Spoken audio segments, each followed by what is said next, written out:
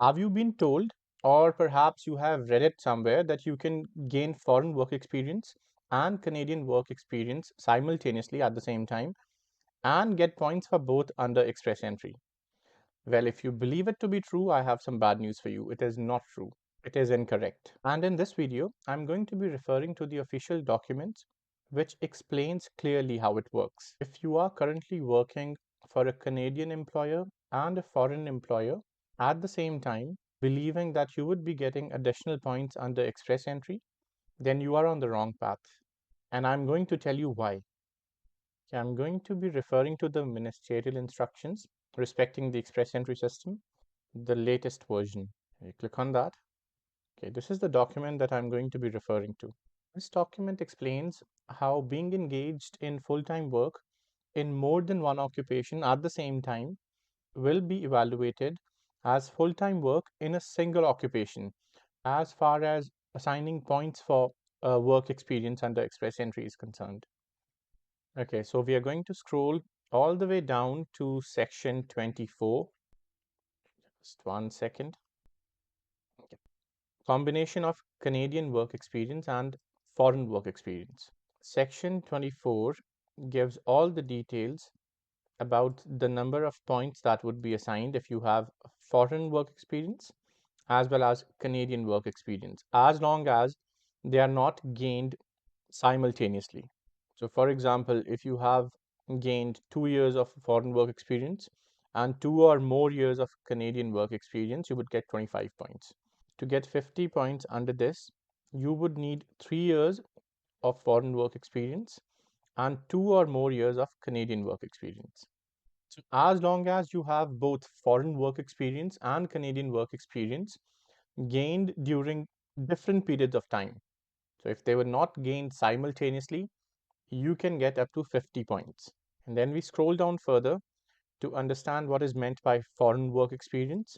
So it says, is acquired by a foreign national outside Canada in one or more occupations listed in tier category 0, 1, 2, 3. Now it does state here that it has to be gained outside Canada. But then you may argue that you worked remotely for a foreign employer while staying within Canada. Whether or not it is considered would be at the discretion of the visa officer, the IRCC officer. But the ministerial instructions clearly state that it should be acquired by a foreign national outside Canada. Now let's go down further to take a look at the rest of the sections. Now, full-time work. What is full-time work? Full-time work consists of at least 30 hours of work per week. It is very important to understand this because in the next section, which is work in excess, we learn whether working for more than 30 hours per week in the same occupation can help us reach the finish line sooner, or if we can be given the points for work experience before that 1 year period is completed. So what does it say with regard to working for more than 30 hours in the same occupation or working in more than one occupation simultaneously? So it says, for the purposes of sections 23 and 24, let's take a look at these sections again. 23 is combination of foreign work experience and official language proficiency. And 24 is combination of Canadian work experience and foreign work experience. It says, for the purposes of sections 23 and 24, a period of work experience that exceeds full-time work in one occupation or simultaneous periods of work experience in more than one full-time occupation are to be evaluated as a single period of full-time work experience in a single occupation. So this subsection clearly explains that if you have been working in the same occupation for more than 30 hours per week, for example, let's say you worked for 60 hours per week continuously for 6 months in the same occupation, then at the end of those 6 months, you cannot claim that since you have worked for 60 hours instead of 30 hours, you should now be getting points for 1 year of work experience.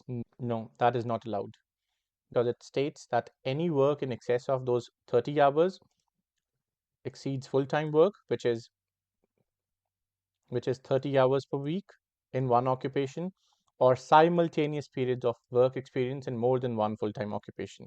For example, if you are working for, let's say, two Canadian employers or a Canadian employer and a foreign employer at the same time, it will be evaluated as a single period of full-time work experience in a single occupation. You will not be getting points for both Canadian and foreign work experience. If you still have any questions, you can reach out to me and I'd be delighted to help you out.